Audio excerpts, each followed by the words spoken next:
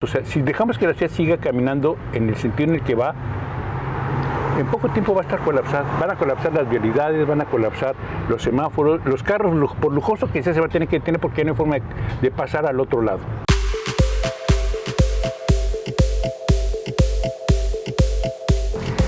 Hola, ¿qué tal amigos de Cultura Bike? Nuevamente aquí conectándonos con todos ustedes y dándoles la bienvenida a una nueva sección. Muy agradecidos por tenernos en cuenta en esta emisión y también muy agradecido con el arquitecto Juan Luis Loredo. Él es catedrático de la Universidad de Sonora en la Escuela de Arquitectura. Así es. Y bueno, el día de hoy, bienvenido arquitecto, maestro. Muchas gracias, Sebastián, a ti y a Cultura Bike por la invitación. Muchas gracias. Y muchas gracias a ustedes que están aquí viéndonos. ¿Y por qué un arquitecto aquí con nosotros? Porque, y esa sería la primera pregunta, arquitecto, porque la pregunta que me hago y nos hacemos muchos es la seguridad. ¿Dónde se empieza a ejercer la seguridad vial? ¿En la precaución y en la prevención usando las vías de comunicación o en el diseño de las ciudades?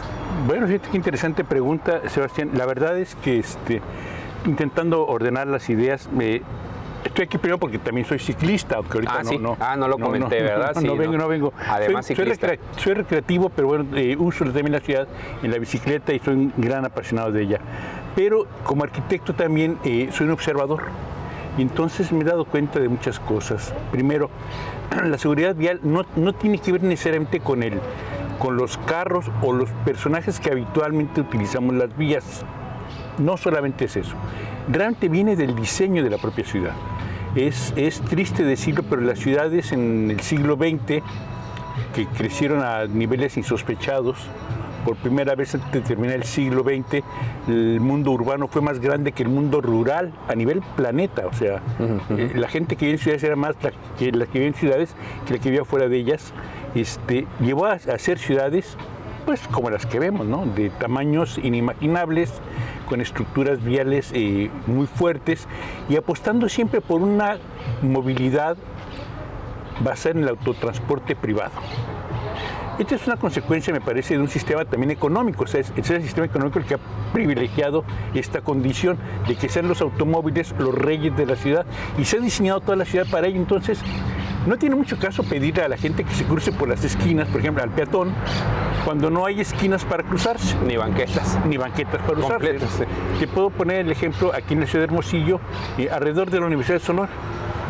De la Universidad de Sonora, sobre el tramo que es Colosio, hay una entrada intermedia, la entrada del Centro de las Artes y 2 semáforos en cada extremo de la universidad. Y en medio, son más de 500 metros, no hay una forma de cruzarse de un lado a otro. Entonces no tiene caso pedirle al peatón que se cruce por las esquinas o que utilice las banquetas cuando los recorridos son verdaderamente larguísimos. Son insólitos, son exagerados en un momento en que el clima puede ser un factor muy desfavorable. Y por otro lado, las banquetas son también utilizadas por el rey de automóvil, es decir, las pocas banquetas que hay también las utiliza el automóvil, porque ¿por qué no, verdad? Es su privilegio tener el auto cerquita donde él está. Entonces las banquetas se han ido convirtiendo en estacionamientos y esto ha restado posibilidades de movilidad en las ciudades. Esto ha crecido mucho, primero privilegiado por este sistema político-económico. 2, basado en una idea muy de los imaginarios populares de que es el automóvil, que además está muy sobrevaluada su posición, es el automóvil el que rige cómo soy yo, ¿no? El automóvil grande, lujoso, con 1000 caballos de fuerza, con 8 ruedas, ese grandote soy yo, ¿no? El carrito chiquito, centrita, ese es para los pobres. O el carrito que no tiene placas, pero tú no tiene carrito, porque es la forma de ser alguien en esta sociedad, dentro de un imaginario popular. O sea, no que eso sea real, sino que eso está en la imagen de la gente. En realidad, lo que es importante sería cómo se relaciona la ciudad, cómo se mueve la ciudad. Perdón, ¿sí? Que lo interrumpa, o andar en bicicleta ahora que se está retomando es también de una clase más alta, por así decirlo, o ya más bueno, sí, experimentado y con más cultura. Esos imaginarios se pegan en los dos lados, ¿no? Sí. Pero, por ejemplo, yo he ido a algunos eventos donde se habla de movilidad ciclista y siempre se habla del ciclista urbano como la gente, como nosotros, o bueno, tú no, tú eres más fan, ¿no? Eres más usuario de la bicicleta que muchos. Pero bueno, la gente como yo que de repente usamos la bicicleta para salir los domingos, los fines de semana o en estas rodadas nocturnas que son muy agradables. Es un modo recreativo de usarla, ¿no? Pero nadie habla, por ejemplo, del ciclista que lo hace por necesidad. El albañil, la gente que trabaja en servicios domésticos en la casa, es decir, aquel que no usa licras y que no usa casco y que usa la bicicleta como vehículo de trabajo, ¿verdad? De ese nunca se habla y ese parece que no existe realmente. Y que usa la bicicleta, porque lo he escuchado de viva voz, usa la bicicleta para transportarse, porque no puede pagar o no quiere pagar 20, 30, hasta 40 pesos por usar el transporte público, que lo va a hacer perder tiempo. Y que además en nuestro caso, en nuestra ciudad es inexistente prácticamente el servicio. Hay camiones, pero tienen rutas de lo más y otra caóticas. cosa, y que cuando llega a su casa o llega a su trabajo no quiere saber nada de la bicicleta porque viene muy cansado del trabajo y no quiere saber nada de bicicleta. O sea, realmente es por necesidad el uso de la bicicleta, ¿no? Y el otro extremo, que es este ciclista recreativo, ¿verdad? O deportivo, de alto nivel, que sí, son gente que requiere vehículos de muy caros, de mucho dinero, ¿verdad? Que lo entrenan, están esos dos extremos. Pero en cualquiera de los dos casos, en toda la gama del uso de los ciclistas, la ciudad no lo permite usarse. No hay un diseño de ciudad que permita esto. No sé si conoces a un antropólogo francés llamado Marc Augé. Marc Augé es un antropólogo que le gustaba andar en metro, en París. Entonces, viajando en metro, él observaba mucho el espacio en el cual se mueve la gente y logró acuñar una frase que los arquitectos usamos mucho, que es el no lugar. Los no lugares son espacios de tránsito, necesariamente, o sea, estaciones de metro, estaciones de ferrocarril, aeropuertos, centros comerciales, o sea, donde no es un espacio público y la gente lo utiliza pues porque tiene que ir, ¿no? O sea, no es un espacio de placer como una plaza, un andador urbano. Y luego esta observación la lleva también a niveles de ciclismo y escribió un libro muy bonito que se llama La elegía de la bicicleta, me parece que es el nombre, ¿no? O sea, es un canto a la bicicleta y la empieza a analizar desde diferentes medios. Al final plantea una idealización de París basada en la movilidad ciclista y de verdad que es un París diferente. Si esta misma idea la aplicáramos aquí en Hermosillo, en las ciudades mexicanas, podríamos tener ciudades verdaderamente amables, donde no hubiera tanta violencia, porque la violencia se ejerce desde el vehículo. O sea, ¿no? Sí. O sea, el vehículo se nota.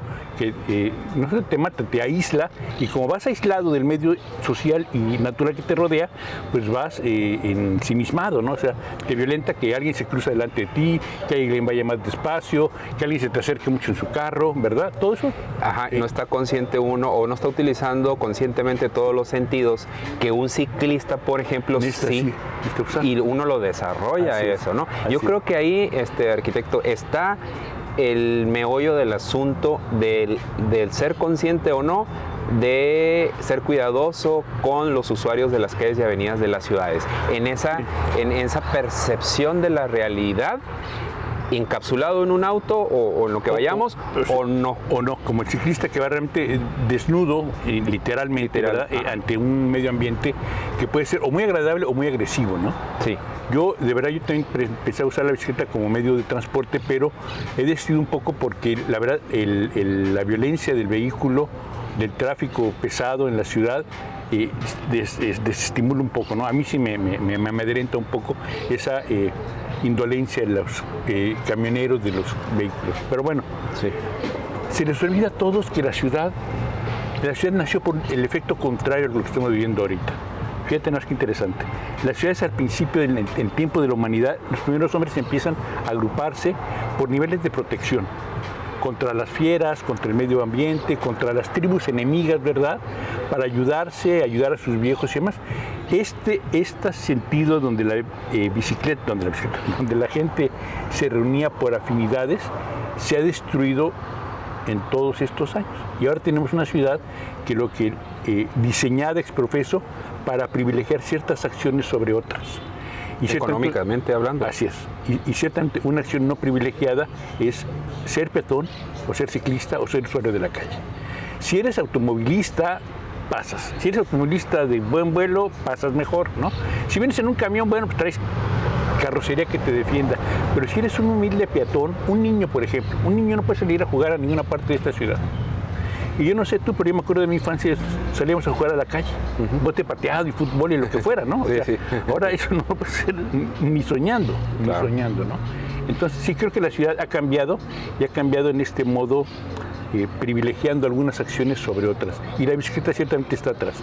Aunque el discurso oficial pretenda mitigarlo, no es cierto. La ciudad se sigue diseñando, se sigue actuando a favor del automóvil.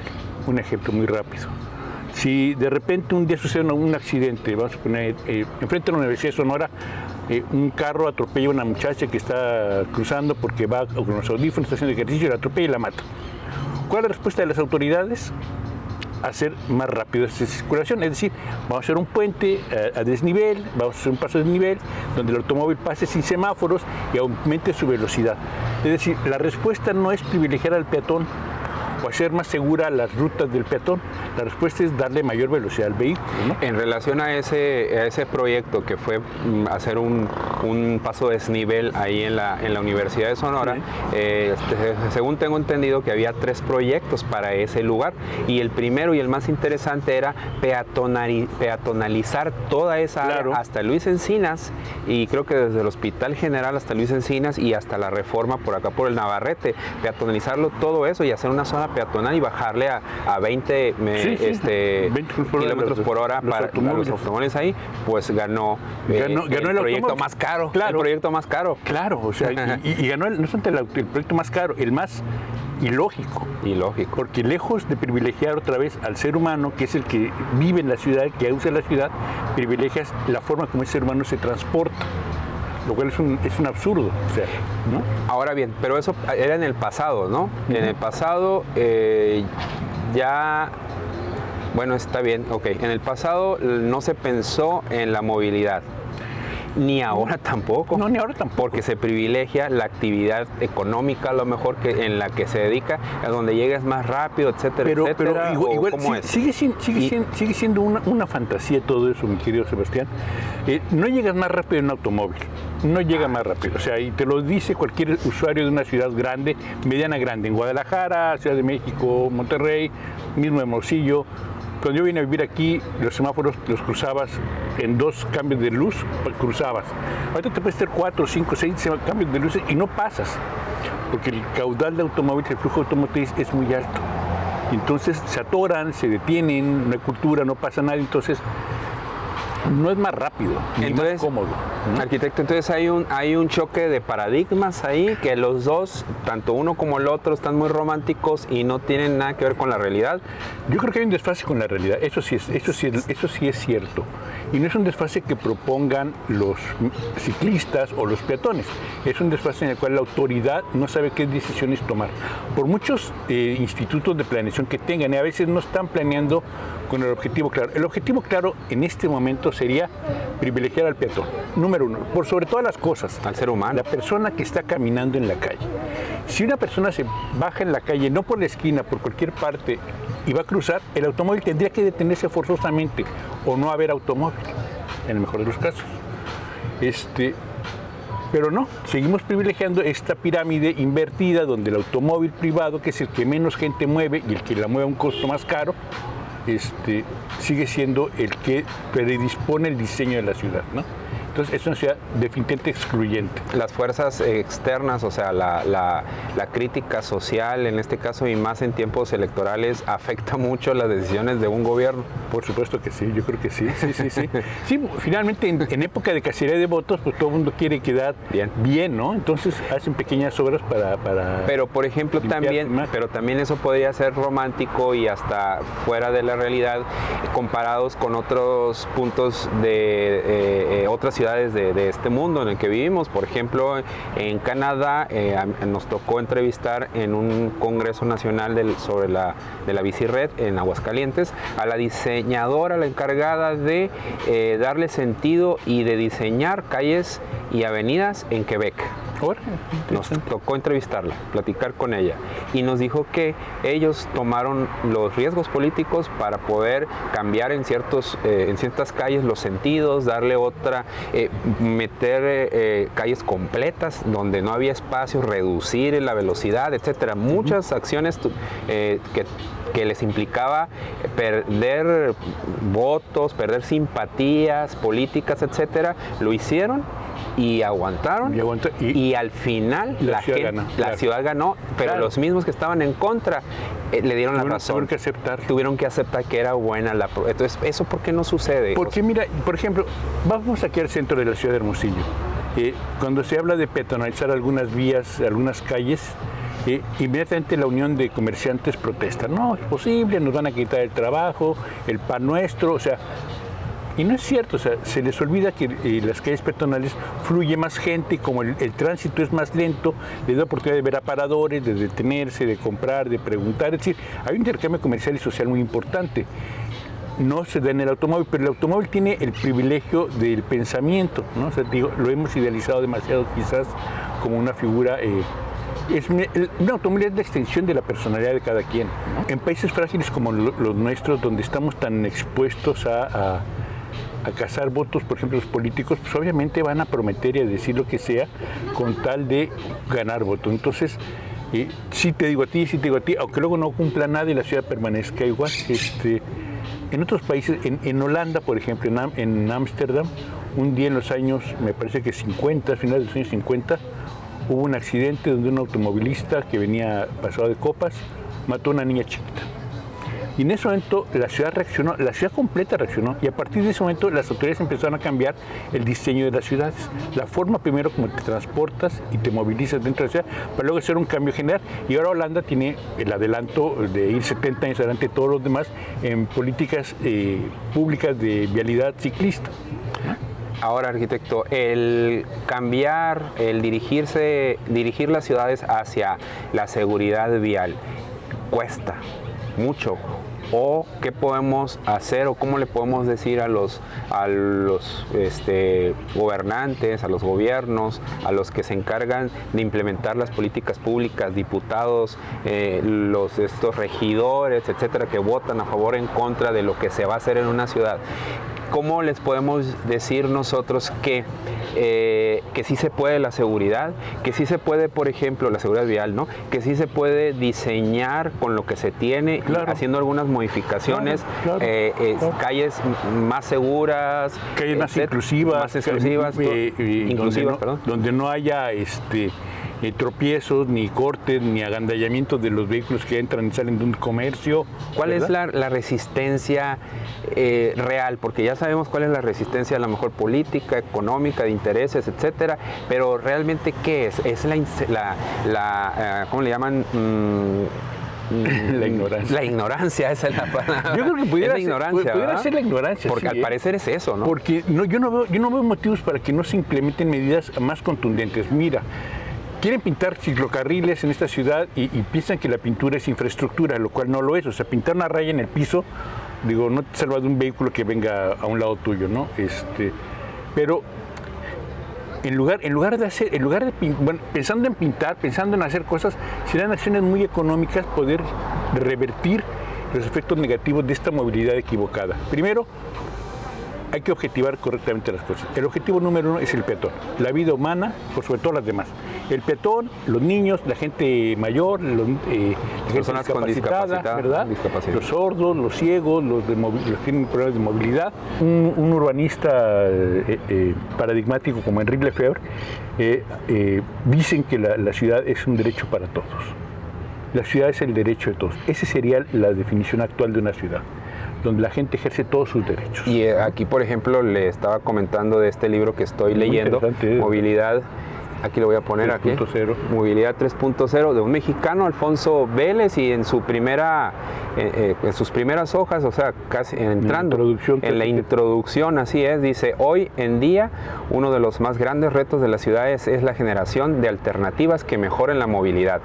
La mayoría de los entornos urbanos colapsan por el uso desmedido del automóvil, que por más de 60 años se ha impuesto por encima de otros medios de transporte. Claro, aquí está. Y muy acertado. Además, digo, algo que ya no ven nadie, o que nadie quiere, o que se resisten a ver, es este colapso. O sea, si dejamos que la ciudad siga caminando en el sentido en el que va, en poco tiempo va a estar colapsada. Van a colapsar las vialidades, van a colapsar los semáforos, los carros, por lujoso que sea, se va a tener que detener porque no hay forma de pasar al otro lado.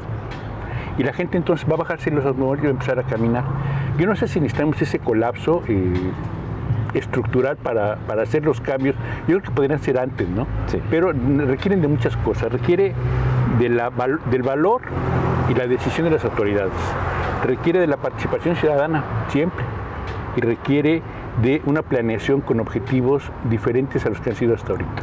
A veces me imagino yo en la toma de decisiones de los diferentes gobiernos, tanto municipales, estatales y federales, como si estuvieran frente a un bosque lleno de pinos y tenemos muchos pinos y a darle, hay que cortarlos, Sí, sí. pum, pum, pum, ¿y cómo? Pues tú córtalo como Bolsonaro puedas. allá Así es, ¿no? en Brasil, ¿no? Y después ya no tenemos tantos pinos, ¿y ahora qué hacemos? ¿Y ahora qué hacemos? ¿No? Y volteamos para atrás y está todo desértico.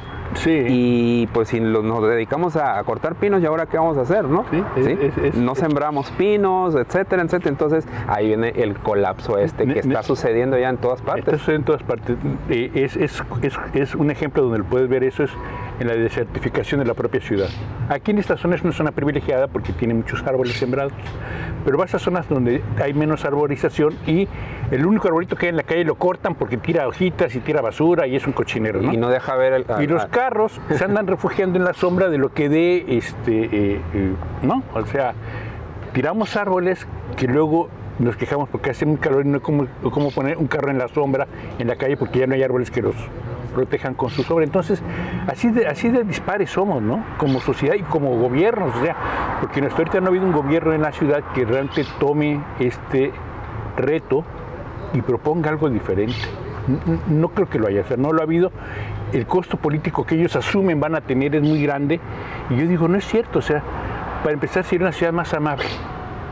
Y si es una ciudad más amable ya ganamos mucho, porque entonces la gente va a salir a la calle a encontrarse con el vecino, a platicar, a fortalecer los lazos sociales, ¿verdad?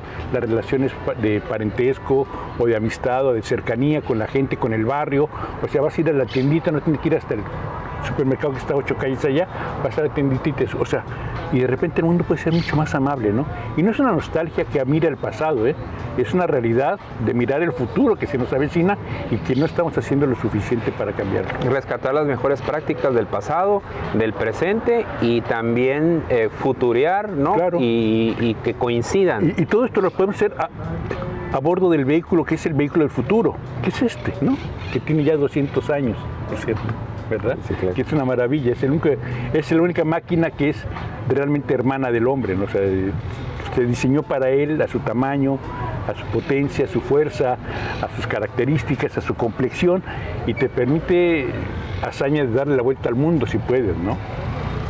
Arquitecto, ya así como que aterrizando en las acciones que tanto los gobiernos o los diseñadores de las ciudades deban hacer en pro de la seguridad vial. O sea, ¿qué es lo que hacía grandes rasgos en su observación de la ciudad o de las ciudades donde usted convive con su gente?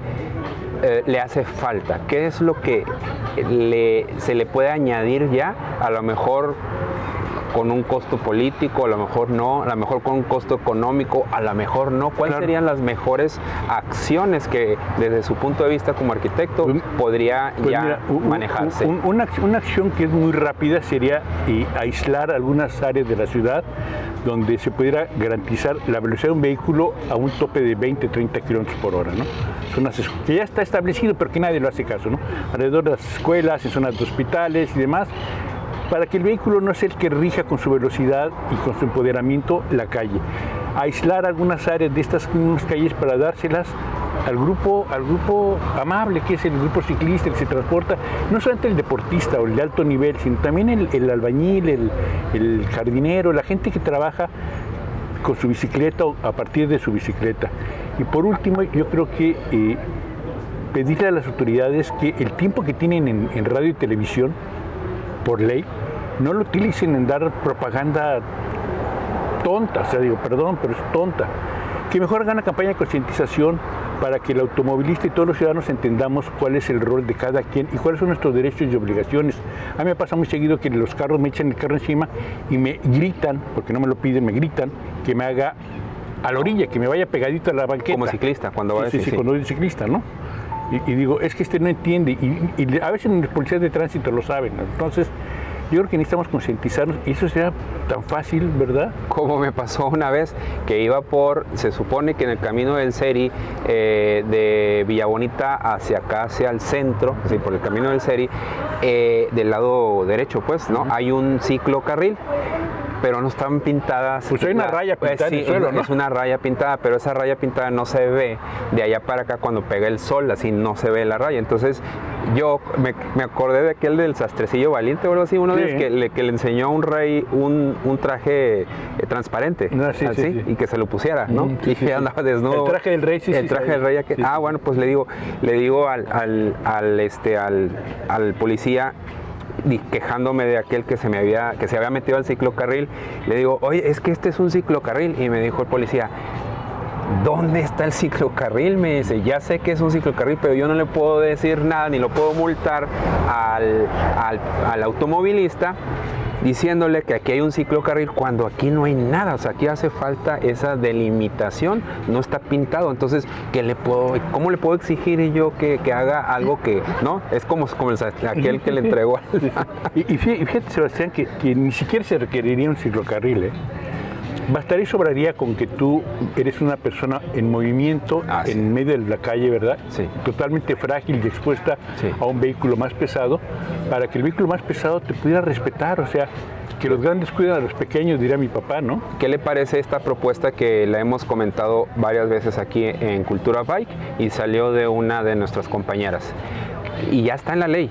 Cuando no hay ciclocarril, en la ley del Estado de Tránsito por el Estado de Sonora, cuando no hay un ciclocarril o ciclovía, el ciclista tiene derecho a utilizar todo el carril derecho, de extrema derecha. Bien, ¿qué le parece que el carril de extrema derecha sea de uso exclusivo para el ciclista? Claro. De baja velocidad, 30 kilómetros por hora. La velocidad mata, ¿verdad? Sí. Entonces, baja velocidad, todos sabemos que es el carril de extrema derecha, es el de baja velocidad. Así es. ¿Verdad? Entonces, que se determine como 30 kilómetros por hora, y le vamos a agregar otra cosa más como propuesta de Cultura Bike, que el automovilista, cuando vea a un ciclista frente a él, no se acerque a más de 5 metros. Sí. Cuando vayan en movimiento los dos.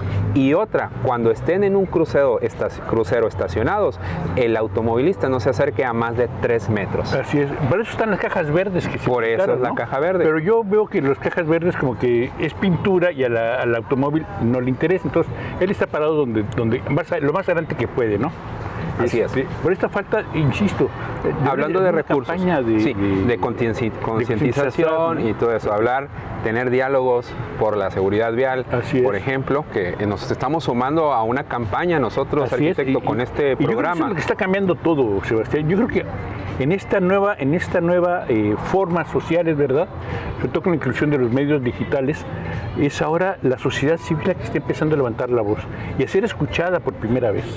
Sí, o sea, han cambiado. Son los medios digitales los que están logrando estos cambios. Y sí, ¿verdad? Ha cambiado las cuestiones. Yo me acuerdo, a mí se me figura que cuando fuertemente hubo un cambio fue cuando entró Fox, cuando cambia pues el gobierno. Ahí yo sentí como hasta el mismo presidente ya lo podían cuestionar, ya se bajó de allá de su pedestal. Bueno, ese era muy cuestionable, ¿no? Sí, era incuestionable. No, ese era muy cuestionable.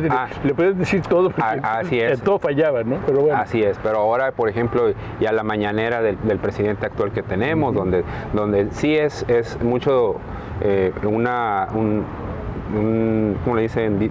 Monólogo muchas veces, pero ya está una apertura ahí, ¿no? Entonces yo digo que sí ha cambiado, y luego con esto de la propagación de las redes sociales y la apertura y todo eso, pues sí cambió un poco, pero se me figura que de repente llegamos a estandarizar los temas, las formas de decir las cosas, y como que ya queda como paisaje, matiza, ¿no? Claro. Sí, queda como paisaje, y hace falta de repente la ola que brinque y que mueva todo, a lo mejor esa ola se da cuando te hacen las rodadas como la que hiciste el otro día, bueno, que fue en concordancia con un movimiento nacional. Sí. Entonces tienen que suceder esas cuestiones. Entonces por eso la pregunta del inicio, arquitecto, es: ¿la seguridad se gestiona desde la planeación, desde el diseño de una ciudad, la seguridad vial? Desde ahí. Y después pasar las políticas de la obra de administración pública, ¿no? Hablando de policía y buen gobierno, cómo se mueve la gente, cómo debe respetar la gente el derecho del otro. Termina con la responsabilidad que cada quien asumimos desde nuestra propia trinchera. Yo no estoy muy de acuerdo, por ejemplo, en esta rodada donde vamos encapsulados, viajando protegidos por policías que nos van cerrando los semáforos y cruzas, y esto contrapone a este espíritu de convivencia que queremos propugnar, ¿no? En realidad tendríamos que tener la posibilidad de rodar solos o en grupo, pero con todos los demás, porque la ciudad es un conjunto de personas y de intereses que habría que conciliar. Sí. Y aislados, encapsulados, no lo hacemos, ¿no? Por otro lado, la misma rodada, y lo digo con todo respeto para todas las rodadas del país, encapsula también, y saca, por así decirlo, de una realidad al ciclista. Sí. Porque una cosa es la realidad rodando solo, y otra viajar en manada, en un grupo pequeño, así, ¿no? Entonces esas cuestiones, protegido además por la policía, ¿no? Así, luego protegido por la policía o protegido por gente ciclista también, que va cerrando los pasos y te va protegiendo y todo eso, mientras uno como ciclista principiante entiende la realidad de las cosas, que efectivamente está complicado andar en una calle, en una avenida de una ciudad, si no tienes la habilidad, si no tienes el conocimiento y no conoces las reacciones de los usuarios. Como ciclista también tienes obligaciones, por supuesto. Ahí está, ¿no? La obligación. Tienes la obligación de cómo usas la calle, cómo le cedes el paso a un peatón, cómo no matizas un carril en una obsesión tuya. Por ejemplo, la gente que llega en las bicicletas y se pone a dar vueltas en el semáforo en lo que dan, esto es como medio provocativo, ¿no? O sea, parece que provoca al automóvil que está detenido atrás, ¿no? Y te está aquí jugando en la calle. Yo creo que todo ese tipo de cosas tendría que hablar en pos de la seguridad, o sea, desde el diseño propio de la ciudad, pasando por las políticas públicas y terminando en nosotros, los responsables, los usuarios de la calle, sí, conociendo nuestros derechos, nuestras obligaciones como ciclistas, como peatones, como automovilistas, ¿verdad? Nadie es dueño de esta ciudad, nadie es dueño, ni los políticos, ni nosotros, ni nadie. Todo lo que tenemos que hacer es aprender a vivir en convivencia. Y también acordarnos de que existen ciclistas que no ruedan en estas rodadas nocturnas, recreativas, que no son deportistas, pero que usan la bicicleta como medio de transporte todos los días. Vida, claro. Exactamente, y ahí es donde nosotros como Cultura Bike, y creo que debemos, y creo que también usted y muchos de nosotros, debemos de poner los ojos ahí, porque al poner los ojos en cómo diseñar, cómo amoldar la ciudad y cómo también capacitar a los diferentes usuarios de las vías de comunicación de una ciudad, está el objetivo de la movilidad. Claro. Poner al ser humano en el centro, a la vida en el centro de todo ello, para armonizar. Para protegerlo todo. Exacto. El pretexto de formar las ciudades, que fueron las primeras aldeas, esta reunión de semejantes para cuidarse y protegerse, hoy está totalmente desvirtuado, ¿verdad? Ahora estamos reunidos aquí a chaleco, a fuerzas, y si te descuidas tantito, pues te piso un callo, o te empujo, o te saco del lugar, ¿no? Sí. Porque yo también requiero más espacio. Entonces, sí, esta pandemia nos está haciendo cosas interesantes, porque en Ciudad de México están haciendo ciclovías emergentes que esperemos en Dios se queden ya como parte de la estructura urbana de la ciudad, ¿no? Sí, conocimos la de Insurgentes, rodamos por ahí. Que debe ser una maravilla. Yo sí, la conocí cuando no era ciclovía, y te vas peleando con el metrobús, con el carro, con la pecera, con todo el mundo, ¿no? Sí, así es. No, pues qué bien, arquitecto. ¿Algo más que Pues quiera? no, date las gracias, de verdad. Creo firmemente que son estos estos ejemplos, estos esfuerzos de gente como tú, como Cultura Bike, como mucha gente que está en el país, poniendo su granito de arena, los que están logrando hacer este cambio tan importante, ¿no?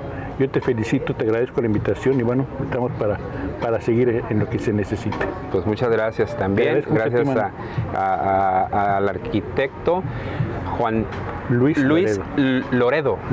Así es, catedrático de la Universidad de Sonora, por este espacio que nos da de platicar un poco de las ciudades desde su punto de vista, la arquitectura, y pues gracias a todos ustedes, amigos y amigas de Cultura Bike, por haber estado aquí en Hablemos de Ciclismo y más. Nos vemos en el próximo capítulo. Gracias, hasta luego. Bye. Hasta luego. Hasta luego.